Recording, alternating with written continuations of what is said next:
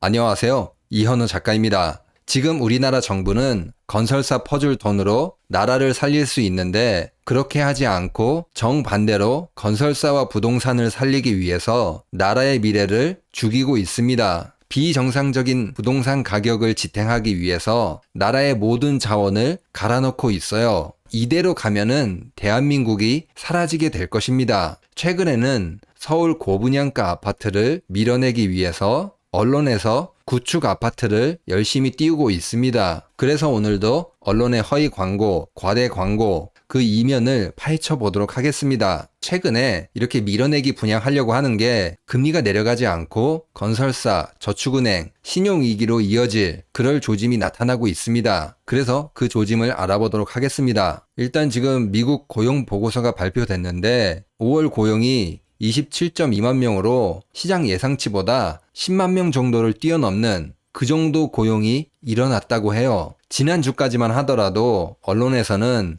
일자리 제공수가 감소했다. 그래서 금리가 내릴 것이다. 이런 식으로 이야기했는데 한 일주일 지나서 다시 보니까 지금 미국 고용이 폭발하고 있습니다. 그만큼 경제 상황이 좋고 임금이 상승되기 때문에 어떻게 되죠? 물가도 어느 정도 상승할 수 있고 그에 따라서 금리가 쉽게 내려갈 수 없다는 것입니다. 그리고 이 안에서 우리가 조금 자세히 살펴봐야 되거든요. 왜냐면은 이렇게 고금리인데도 고용이 계속 많이 일어나고 있어요. 도대체 미국에서 어떤 일이 있길래 이런 거를 알아야지 금리가 언제 내려갈지 혹은 올라갈지 이거를 알 수 있거든요. 이제 지금 보시면은 여러분들 생각에는 지금 미국에서 AI 붐 이게 일어나서 일자리가 증가하고 그렇게 될 거라고 생각하잖아요. 제가 조금 찾아보니까 그게 아니더라고요. 물론 그 영향도 있는데 그것보다 다른 이유가 더 큽니다. 지금 일자리 증가가 27만 명이나 증가했습니다. 그 안을 자세히 들여다보면은 보건의료가 6.8만, 레저 숙박업이 4.2만,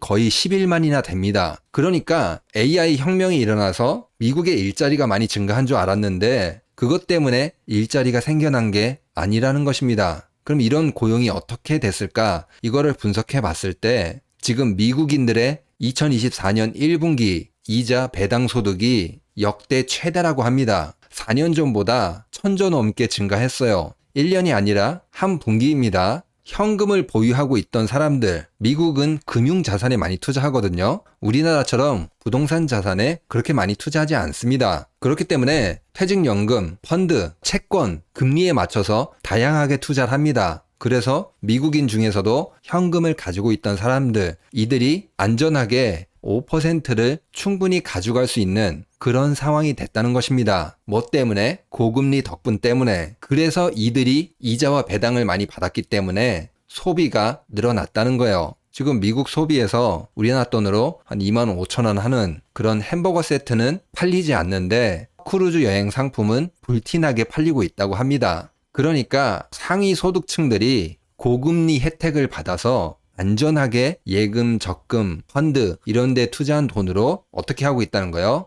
소비를 하고 있다는 겁니다. 그래서 지금 미국 일자리가 늘어나고 있는데 그 늘어나는 수를 보면은 보건의료가 가장 많아요. 6.8만 명, 그리고 레저 숙박 4만 2천 명. 어느 정도 연령대가 있고 현금 이런 거를 많이 모아놓은 세대들이 지금 고금리에서 상당한 수익을 올리고 있으면서 나이가 있는 만큼 인생도 즐기고 또 건강도 챙기고 지금 그러고 있다는 겁니다. 그러니까 지금 미국 일자리 이게 나타내는 게 고금리 덕분에 미국 일자리가 상황이 좋고 소비가 양극화는 됐지만 어느 정도 버티고 있다 그 말입니다. 그러니까 여기서 금리가 내려가면 어떻게 돼요? 이자 배당 소득이 줄어들게 될 것입니다. 그리고 이런 일자리들 감소하게 되고 소비 역시도 감소하게 될 것입니다. 금리를 쉽게 내릴 만한 그런 상황이 아니라는 것입니다. 물론 저는 이 상황이 계속 지속되진 않을 거라고 봅니다. 하지만 중요한 거는 미국 고용, 이 소비, 이자 소득, 배당 소득 이런 거를 좀 뜯어보니까 이게 다 지금 연결이 돼 있다는 거예요. 쉽게 저금리로 돌릴 수 있는 그런 상황이 아니라는 것입니다. 그러니까 우리나라의 금리나 기도는 전문가로서 분석이 하나도 없고 그냥 기도문에 가까운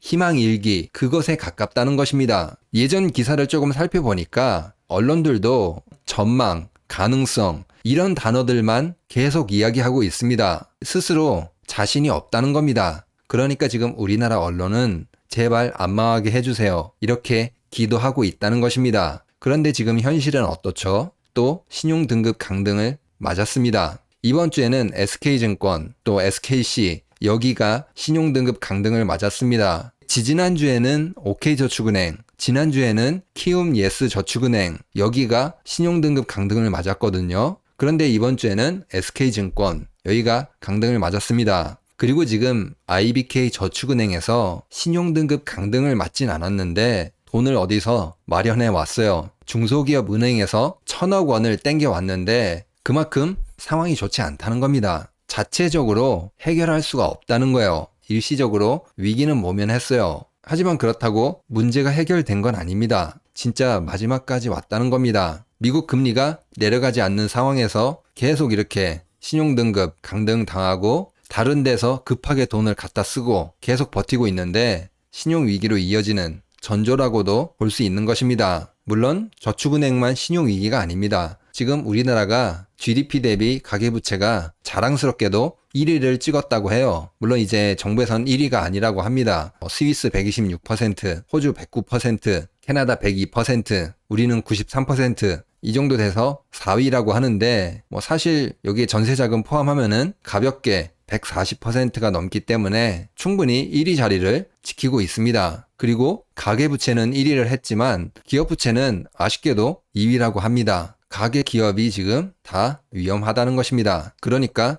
지금 우리나라 언론에서 그리고 정부에서 할 수 있는 일은 구조조정이 너무 무서우니까 부채를 정리하는 게 너무 두려우니까 계속 금리 인하 기도만 하고 있다는 것입니다. 이런 상황에서 부동산이 올라간다? 마지막 불꽃 혹은 거짓이라고 보시면 됩니다. 안 무너질 것 같지만 모든 게 같이 무너지게 될 것입니다. 그러면 오늘 내용을 정리하도록 하겠습니다. 최근에 언론에서 미국 고용 가지고 금리 내려간다 열심히 또 이야기를 했는데 아니나 다를까 조금 기다리니까 5월 고용이 27만 명으로 폭발했다고 합니다. 금리를 내리기가 더욱 어렵게 되었습니다. 그리고 이 고금리 상황에서 어떻게 이렇게 좋은 상황을 만들어낼 수 있는지 이거를 찾아보니까 보건, 의료, 레저, 숙박 이런 데서 일자리가 많이 일어났다. 고금리 덕분에 이자와 배당 소득이 늘어나서 고소득층들 좀 놀러 다니고 또 어느 정도 나이가 있는 만큼 건강에 관심이 많죠. 이런 데 돈을 아끼지 않고 쓴다는 거예요. 이게 얼마나 갈지 모르겠지만 지금 상황에서는 금리를 쉽게 조정하기가 어려울 것이다. 금리를 내리면은 이자 배당 소득이 줄어들고 결국에는 일자리들도 감소하고 경기 침체로 갈 수 있겠죠. 그렇기 때문에 금리 인하가 그렇게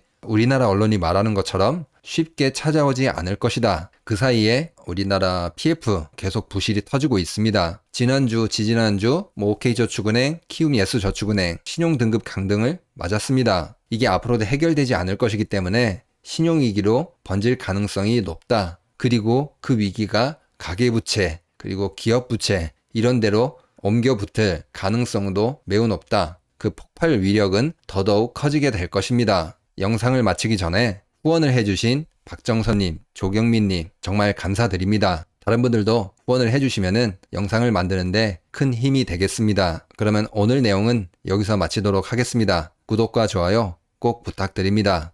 감사합니다.